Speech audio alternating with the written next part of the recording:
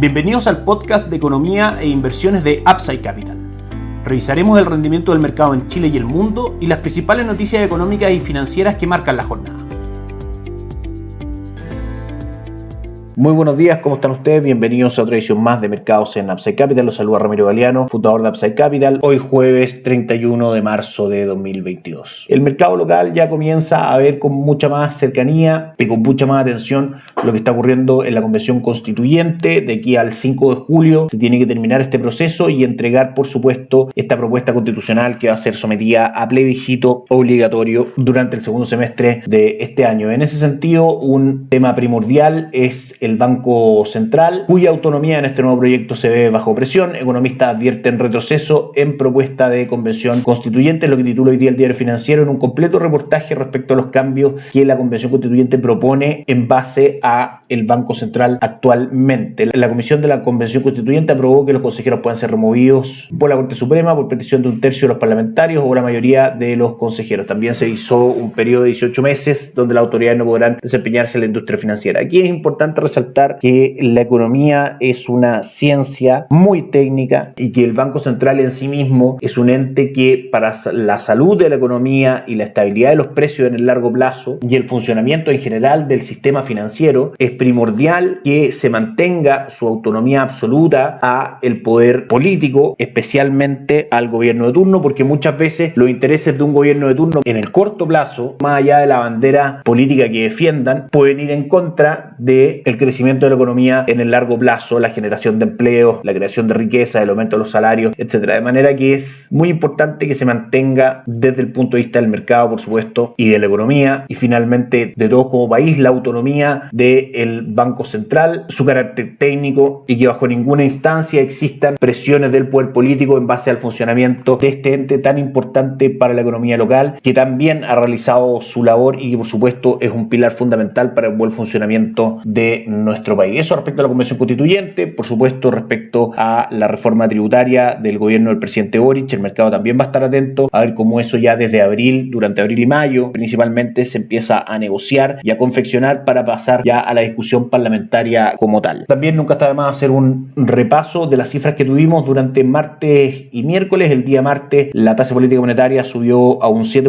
un 5.5, un 7%, 150 puntos base por debajo de lo que esperaba el mercado, que eran 200 puntos base, y eso desde el punto de vista económico la primera visión es buena porque finalmente la presión inflacionaria es menor a lo que el mercado espera y por ende podemos transitar en nuestra economía con tasas probablemente más bajas de lo que el mercado esperaba, y eso finalmente, si bien son condiciones monetarias contractivas, son menos contractivas de lo que pudieron ser en algún minuto, de manera que es un buen dato. Por supuesto que lo que no es un buen dato fue lo que recibimos el día de ayer por parte del informe de política monetaria del Banco Central, donde finalmente las perspectivas de crecimiento para Chile se castigan una vez más para este año y para el 2023. Otro dato negativo para la economía local: se profundiza freno en la industria, la actividad vuelve a caer en febrero arrastrada por minería y manufacturas. El índice de producción industrial sufrió una contracción del 3% en febrero al comparar con el mismo mes del año pasado, sumándose a la caída del 1.1% de enero, lo que implica que en los 2 meses que van del año el indicador ha estado en terreno negativo. En general, con todo esto lo que podemos ver es que por supuesto la economía local no ha tenido buenos datos macroeconómicos y tiene un futuro bastante poco claro y digamos no a favor de un crecimiento económico estable en largo plazo y el buen funcionamiento de nuestra economía. Por lo mismo, nuestra recomendación en Upside Capital es fondos mutuos locales que subponderen activos locales, sobreponderen activos extranjeros, principalmente de países desarrollados, o fondos mutuos a los cuales se puede acceder directamente a través de las plataformas internacionales, fondos mutuos internacionales, plataformas internacionales de tanto Banco Itaú, a través de plataforma Pershing como plataforma Olin de Principal Financial Group. Lo que nosotros hacemos en Upside Capital es asesorar a nuestros clientes, mejorar el mix de inversión que tienen actualmente y por supuesto dar nuevas ideas de inversión, no con instrumentos propios, sino distribuyendo e intermediando instrumentos de distintas administradoras de fondos, lo que nos hace tener una visión muchísimo más amplia y más objetiva del mercado al minuto de hacer nuestra asesoría. Los invitamos a seguirnos en nuestras redes sociales, el link en YouTube, Instagram y Spotify, visitarnos en www.upsidecap.cl, dejarnos sus datos y nosotros los contactaremos para conversar. Por supuesto, seguimos acompañando al cliente después de sus decisiones de inversión, conversando con ellos constantemente, evaluando la estrategia de inversión y por supuesto proponiendo cambios e informando al cliente lo que está pasando con su inversión y con el mercado en general. Vamos a repasar lo que ocurrió ayer en el IPSA, que cayó un 0.4%. El dólar tuvo una jornada al alza, como era de esperarse, apertura de 7.81 784 y cierre en 788,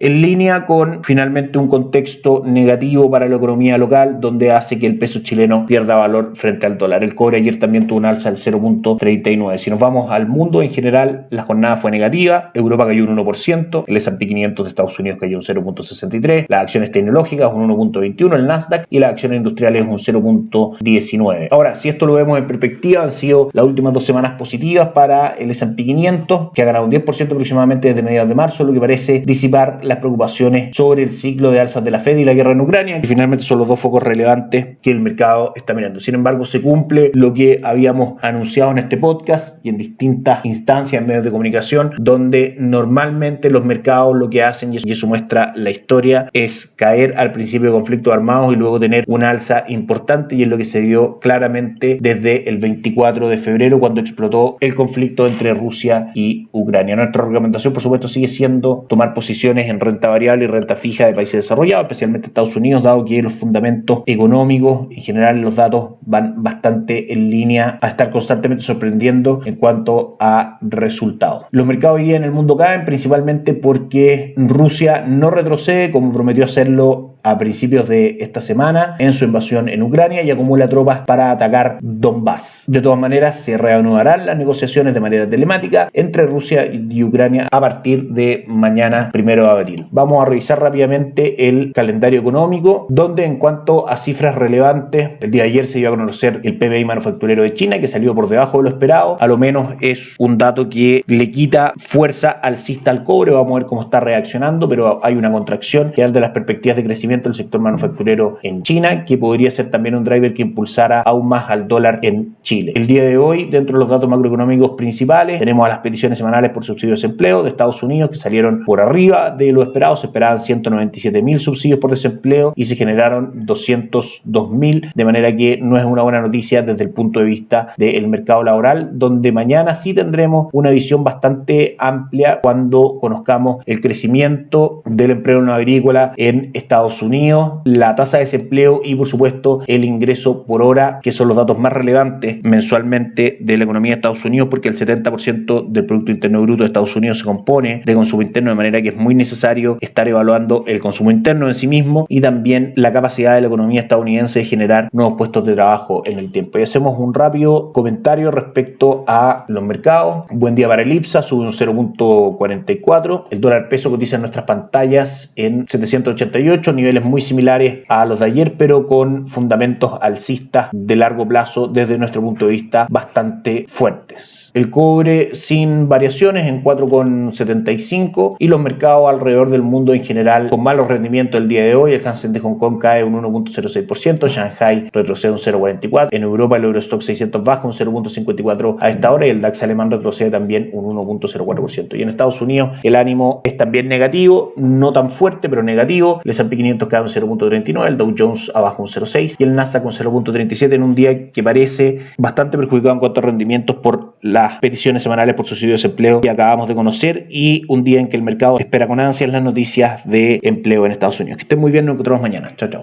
Gracias por escuchar el podcast de Economía e Inversiones de Upside Capital. Te invitamos a visitar nuestro sitio web www.upsidecap.cl y contactarnos para brindarte una asesoría objetiva, sin sesgo y con una mirada global para tus inversiones.